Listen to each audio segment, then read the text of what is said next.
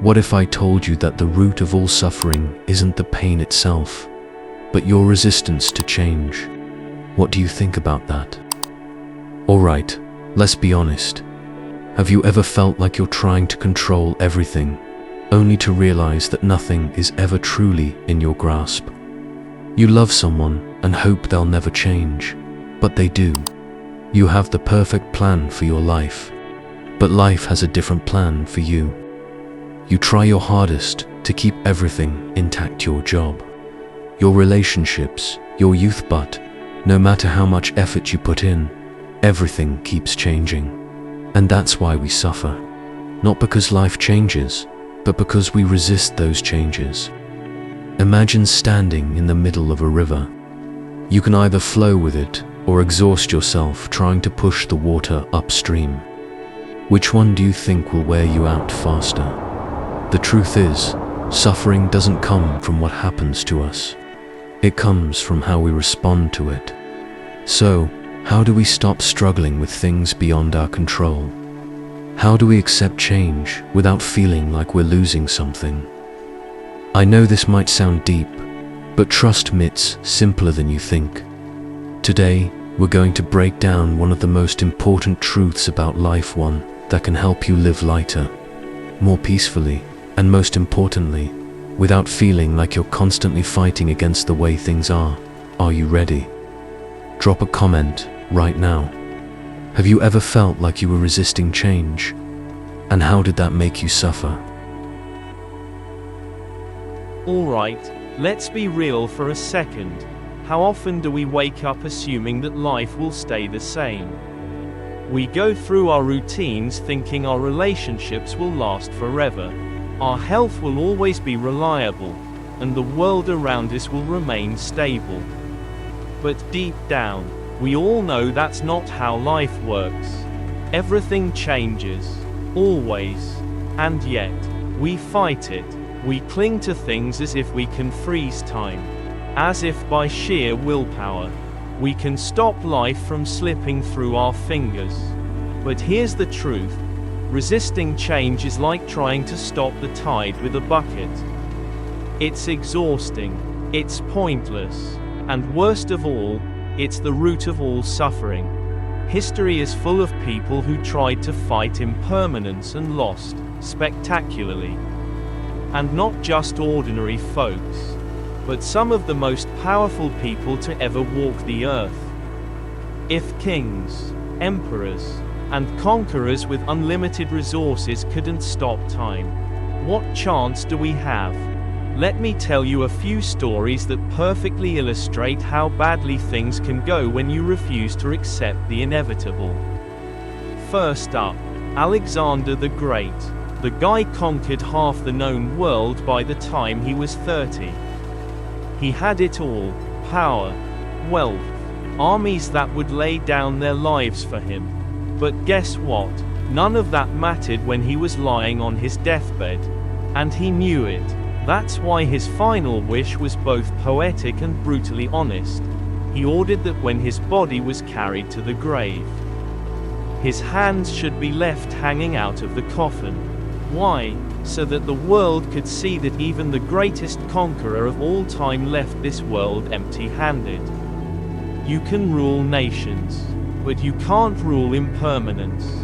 Then there's Qin Shi Huang, the first emperor of China. He did what no one else could, united all of China. But he wasn't satisfied with just ruling. He wanted to live forever. He was so terrified of death that he sent expeditions to find the elixir of immortality.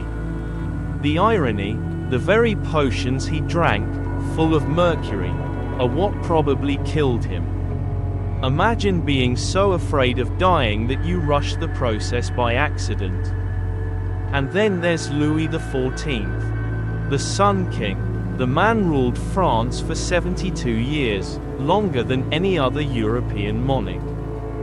He built the grandest palace in the world, Versailles, just to make sure everyone knew he was the center of the universe.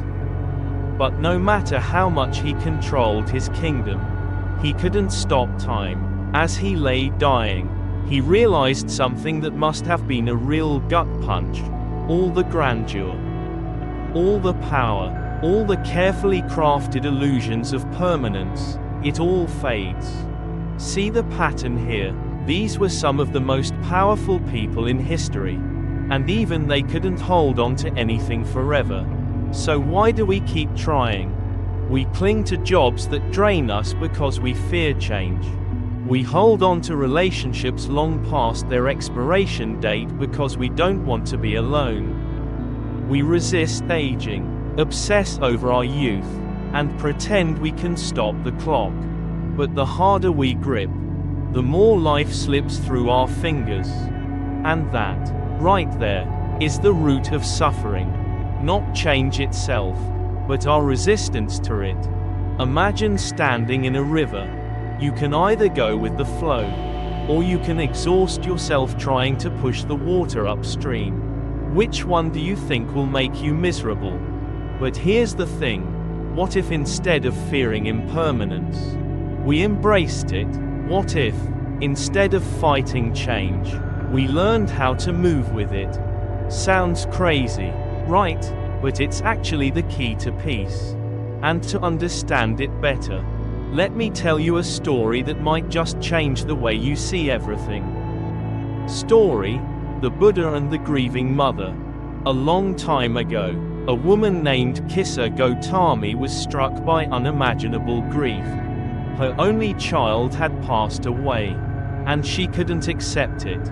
She carried the child's lifeless body from house to house, begging for someone, anyone, to bring him back to life.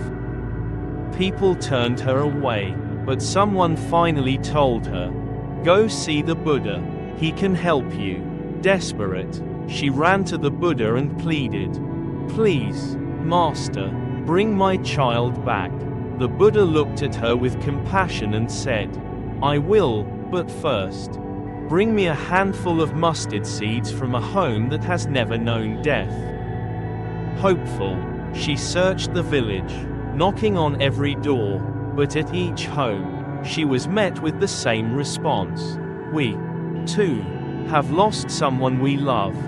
Slowly, the truth dawned on her, she was not alone in her suffering. Death, loss, and change are part of life. With this realization, she returned to the Buddha, placed her child's body down, and let go of her grief. She finally understood, clinging to what has already passed only deepens our suffering. Section 2. How resisting change creates pain. Let's be honest, change is a real pain sometimes. You think you've got things figured out, and then, boom, life throws you a curveball. You get dumped when you least expect it. Your stable job suddenly isn't so stable anymore. You look in the mirror one day and realize your metabolism has officially given up on you. And what do? We resist. We hold on. We refuse to accept that things aren't the way they used to be. And that, my friend, is exactly why we suffer. Think about it. Have you ever been stuck replaying an old relationship in your head? Analyzing every little thing you or they did wrong, as if somehow, going over it one more time will magically change the outcome. Or maybe you've held onto a version of yourself that no longer exists, clinging to old habits, an old identity, or even an old pair of jeans that haven't fit since the early 2000s. We order it, we try to stop time. But time has absolutely zero interest in being stopped. And that's where the suffering kicks in. Imagine trying to swim against a river's current, pushing with all your might, exhausting yourself, but getting absolutely nowhere. That's what resisting change feels like. Yet, we do it all the time. We resist aging, so we suffer. We resist the fact that people change, so we suffer. We resist life not going according to our plans, so we suffer. It's funny, really. We act like if we just try hard enough, We can freeze things exactly how they are. But life doesn't work that way. It's like trying to keep ice from melting in your hand. The tighter you hold it, the faster it disappears. So how do we stop this madness? How do we stop fighting against the inevitable and actually find peace in the process? Well, here's the thing. What if the secret to happiness isn't about controlling life, but learning how to move with it? What if, instead of clinging to what's slipping away, we embraced the reality that everything, both the good and the bad, is temporary? Sounds wild, I know, but stick with me, because up next, I've got a story that might just change the way you see everything. Section 3. The Zen Master's Teacup. So, if fighting change is what makes us miserable, what's the alternative?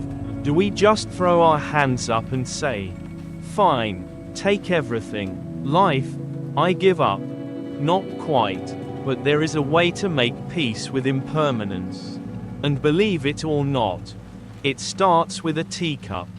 There's an old Zen story about a monk who had a beautiful teacup.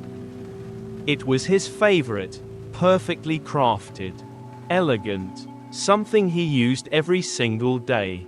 One day, a student asked him, "Master, aren't you afraid of breaking it?" The monk simply smiled and said, "I already see this cup as broken." Now, at first, that sounds like a pretty depressing way to live. But think about it. The monk wasn't walking around sulking, expecting his cup to shatter at any moment. He simply understood that, one day, whether it was tomorrow or 10 years from now, the cup would break. So instead of fearing that day, he chose to appreciate it fully while it was still whole. And that, my friend, is the mindset shift that can change everything. Imagine if we looked at life the same way. Your relationships, they've already changed. Your youth, already gone. Sorry, but let's be real. Your current struggles, they, too, will pass. Nothing is permanent.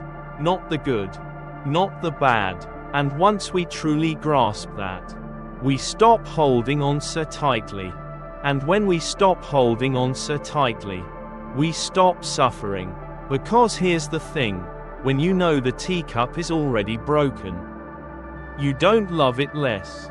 You love it more. You appreciate every sip, every quiet moment it gives you. You don't waste time worrying about when you'll lose it. You just enjoy it while it's here. What if we did the same with life? With the people we love? With the moments we have? Sounds freeing, doesn't it? And trust me, the best part is coming. Because now that we know how to stop resisting change, the real question is, how do we fully embrace it? Let's talk about that next. Section 4. Embracing impermanence to find freedom. So, if the teacup is already broken, and if clinging to permanence only leads to suffering, what's the next move? Do we just accept that everything is slipping through our fingers and call it a day? Not quite. See, embracing impermanence isn't about giving up. It's about finally living freely without the constant anxiety of losing what was never ours to keep in the first place. Sounds nice, right? But let's be real, actually doing this, not so easy. That's why we need a game plan. Here's how to start. 1. Be grateful for what's here. While it's here, look, life is a series of borrowed moments. Nothing stays forever. Not your best days. Not your worst days. Not even that perfect slice of pizza you wish could last an eternity. So instead of spending your time worrying about when something will change, savor it while it's happening. Love someone, tell them, appreciate a great moment, be fully in it. Stop multitasking your way through life. You wouldn't spend your last hour on earth doom scrolling. So why waste the precious moments you have right now? 2. Let go of attachment, because clinging is exhausting. Here's a hard truth. Nothing, literally nothing, was ever yours to keep. Not people, not things, not even your own identity. Everything shifts. People grow. Circumstances evolve. You are not the same person you were 5 years ago. And that's a good thing. Imagine if you were still stuck in the same mindset as your teenage self. Yikes. So instead of gripping onto what was, open yourself up to what is and what will be. Holding on too tightly to anything, relationships, status, money, youth, only makes it hurt more when it inevitably slips away. 3. Flow with life instead of fighting it. When change comes, and it always does, don't immediately panic and resist. Instead, ask yourself, what is this trying to teach me? Life isn't happening to you, it's happening for you. What if, instead of seeing endings as losses, we saw them as transitions? What if we trusted that what's leaving is making space for something new? The truth is, impermanence isn't a curse, it's what makes life meaningful. If everything lasted forever, nothing would feel special. The fact that things change is exactly what makes them beautiful. So here's the real question. Now that you know everything is temporary, how will you live differently? Would you hold on to grudges a little less? Would you say, I love you, a little more? Would you stop fearing the future and start embracing the present? Because at the end of the day, resisting impermanence is the real source of suffering. But when we embrace it, we set ourselves free. Now, if this message resonated with you, share your thoughts in the comments below. What's one thing you've struggled to let go of? And how are you learning to embrace change? I'd love to hear your story. And if you found this video meaningful, don't forget to like, subscribe, and hit the notification bell so we can continue this journey together. Until next time, remember, life flows like a river. Don't fight the current, flow with it.